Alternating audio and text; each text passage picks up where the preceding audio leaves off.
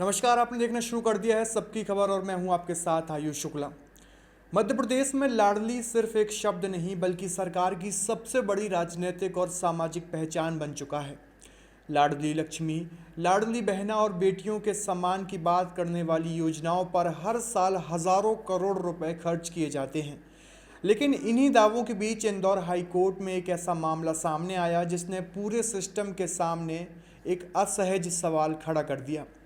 सवाल किसी राजनीति का नहीं, किसी चुनाव का नहीं, बल्कि एक 3.5 साल की मासूम बच्ची की जिंदगी का है।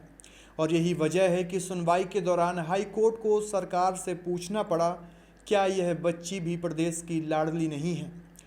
इंदौर की रहने वाली Anika Sharma spinal muscular atrophy यानी MSA टाइप 2 नाम की दुर्लभ और गंभीर आनुवंशिक बीमारी से पीड़ित है। यह बीमारी धीरे धीरे शरीर की मांसपेशियों को खत्म करती जाती है। बच्चा चलने, बैठने, हाथ पैर हिलाने और यहाँ तक कि सांस लेने की क्षमता खो देता है। डॉक्टरों के अनुसार अनिका के जीवन को बचाने के लिए एक विशेष जीन थेरेपी इंजेक्शन की आवश्यकता है, जिसकी कीमत लगभग 9 करोड़ रुपए है।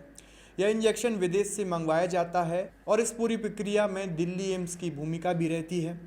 सबसे दर्दनाक पहलू यह है कि यह लड़ाई किसी सरकारी दफ्तर या अस्पताल के भीतर नहीं, बल्कि अनिका के माता पिता सड़कों, सोशल मीडिया और लोगों के दरवाजों पर लड़ रहे हैं। पिछले 8 महीनों से वे अपनी बेटी की ज़िंदगी बचाने के लिए लगातार मदद मांग रहे हैं। उन्होंने लोगों से अपील की, समाज सेवियों से संपर्क किया, क्राउड फंडिंग अभियान चलाए और हर संभव कोशिश की।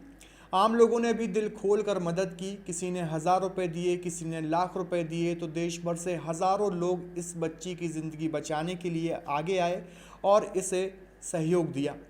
लगभग इनके माता पिता के पास 7 से 8 करोड़ रुपए की राशि जुट चुकी है। लेकिन विडंबना देखिए कि जहां आम नागरिक करोड़ों रुपए जुटाने के लिए आ गए, वहीं परिवार अब भी अंतिम राशि के इंतजार में है। इलाज पूरा कराने के लिए अभी भी करीब 1 से 1.5 करोड़ रुपए की ज़रूरत है। यह वह रकम है जो एक सामान्य परिवार के लिए संभव है। माता पिता का कहना है कि अब उनके पास ना समय बचा है, ना ही संसाधन। वे लगभग हर दरवाज़ा खटखटा चुके हैं। इस मामले में सबसे बड़ी चुनौती पैसा नहीं बल्कि समय है। डॉक्टरों के अनुसार यह इंजेक्शन एक निश्चित वजन सीमा के भीतर सबसे अधिक प्रभावी होता है। अनिका का वजन अभी करीब 11.5 किलो है और जैसे जैसे समय बीत रहा है उसका वजन खतरे का निशान की ओर बढ़ रहा है। परिवार के अनुसार पिछले कई महीनों से बच्ची केवल लिक्विड डाइट पर ही जीवित है और इलाज की संभावना बनी रहे इसके लिए लगातार वो कम खा रही है। सोचिए, जिस उम्र में बच्चे चॉकलेट, खिलौने और खेल के बारे में सोचते हैं, उस उम्र में एक मासूम बच्ची का पूरा परिवार उसके वजन और इलाज के बीच संतुलन बनाने की लड़ाई लड़ रहा है। मामला जब इंदौर हाईकोर्ट पहुंचा तो अनिका की ओर से अधिवक्ताओं ने अदालत के सामने पूरी स्थिति रखी। उन्होंने बताया कि परिवार अपनी सामर्थ्य से कहीं अधिक प्रयास कर चुका है, लाखों नहीं करोड़ों रुपए जुटा चुका है। लेकिन अंतिम चरण में सरकार यदि चाहे तो इस बच्ची की ज़िंदगी बचाने में निर्णायक भूमिका निभा सकती है। सुनवाई के दौरान अधिवक्ताओं ने यह भी कहा है कि मध्य प्रदेश में लगभग 1.25 करोड़ महिलाओं को लाडली बहना योजना के तहत हर महीने आर्थिक सहायता दी जाती है। यदि सरकार विशेष प्रावधान करे तो अनिका के इलाज के लिए आवश्यक शेष राशि उपलब्ध कराना असंभव नहीं है। यहीं पर हाईकोर्ट ने वह टिप्पणी की जिसकी पूरे प्रदेश में चर्चा हो रही है। अदालत ने सरकारी पक्ष से सीधा सवाल किया, क्या यह बच्ची भी प्रदेश की लाडली नहीं है। यह सिर्फ एक न्यायिक टिप्पणी नहीं थी बल्कि एक नैतिक प्रश्न था, एक ऐसा प्रश्न जो सरकारी योजनाओं, संवेदनशीलता और प्राथमिकताओं के बीच खड़ा दिखाई देता है।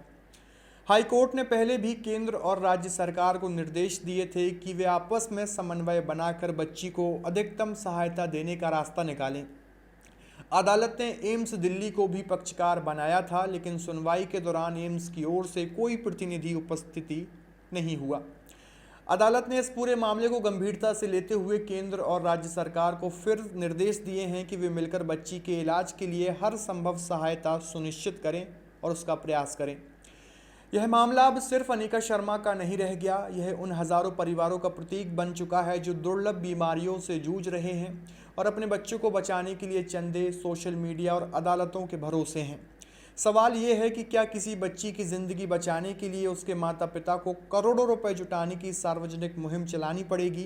क्या दुर्लभ बीमारियों के लिए सरकारी सहायता व्यवस्था इतनी कमज़ोर है कि एक परिवार को महीनों तक दर दर भटकना पड़े। और क्या एक लोकतांत्रिक व्यवस्था में जीवन रक्षक इलाज का अधिकार आर्थिक क्षमता पर निर्भर होना चाहिए? अब इस मामले की अगली सुनवाई पर सभी की नज़रें टिकी हुई हैं। अदालत का सवाल रिकॉर्ड पर है, परिवार की उम्मीदें अब भी जिंदा हैं और अनिका की ज़िंदगी समय के खिलाफ दौड़ रही है। आने वाले दिनों में सरकार क्या फैसला लेती है यह अलग बात है, लेकिन इंदौर हाई कोर्ट ने एक ऐसा सवाल पूछ दिया है जिसका जवाब सिर्फ अदालत को नहीं पूरे समाज को चाहिए। क्या सचमुच यह बच्ची भी प्रदेश की लाडली है? आपकी इस विषय पर क्या राय है? आप भी अपनी राय कमेंट बॉक्स में ज़रूर दीजिए और देखते रहिए सबकी खबर। शुक्रिया।